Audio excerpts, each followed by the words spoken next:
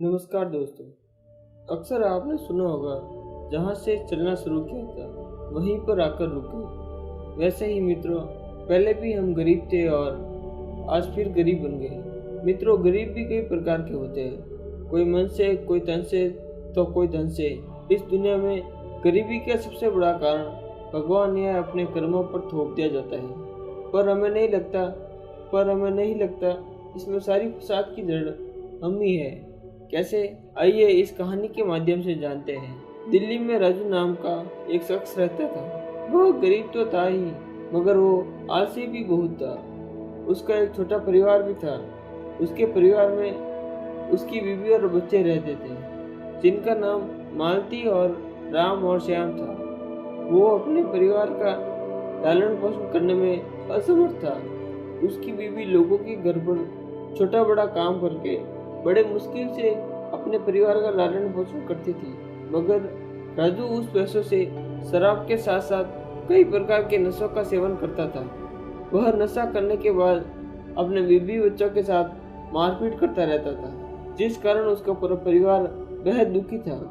वह कुछ समय बीतने के बाद राजू की बीमारी की वजह से मृत्यु हो गई, और राजू की मृत्यु के कुछ समय के पश्चात उसके दोनों बच्चे बड़े हो गए। पर वे दोनों थे मेहनती। कहते हैं ना, जैसा देश वैसा भेष। वे दोनों अपने बाप की तरह एक नंबर के नशेड़ी थे।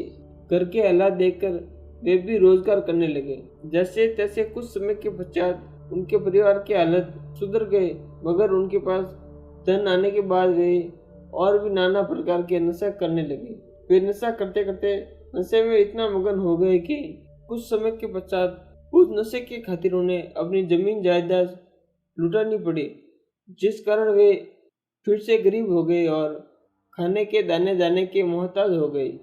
मित्रों, वैसे ही एक और कहानी है। जामनगर में लाला नाम का एक शख्स रहता था। उसके परिवार में उसकी बीवी रेखा और दो बच्चे पप्पू और राघव रहते थे। लाला भी राजू की तरह ही गरीब और आलसी था, मगर लाला था बड़े शांत और सरल स्वभाव का। मालती की तरह रेखा भी अपने परिवार का लालन पोषण करती थी।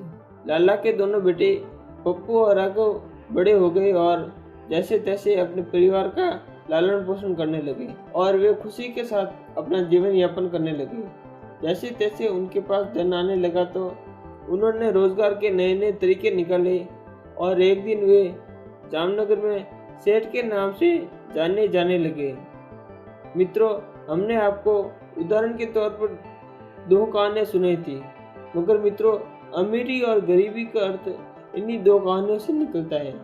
और एक सत्य है, अगर आपके पास धन नहीं होगा तो कोई भी आपसे सीधे मुंह बात नहीं करेगा। मित्रों, बात करना तो बहुत दूर है, वे आपको देखना भी पसंद नहीं करेंगे। मित्रों, आज से अपने जीवन में ये गांठ मान लो, पैसे तो हाथ का मेल है। पैसा आता रहेगा जाता रहेगा। आपको किसी भी प्रकार का नशा नहीं करना है, अपने शरीर में किसी भी प्रकार का आलस्य नहीं रखना है, और अपने स्वभाव को हमेशा शांत रखना है। बाकी सब ऑटोमेटिक सही हो जाएगा। जय श्री राम।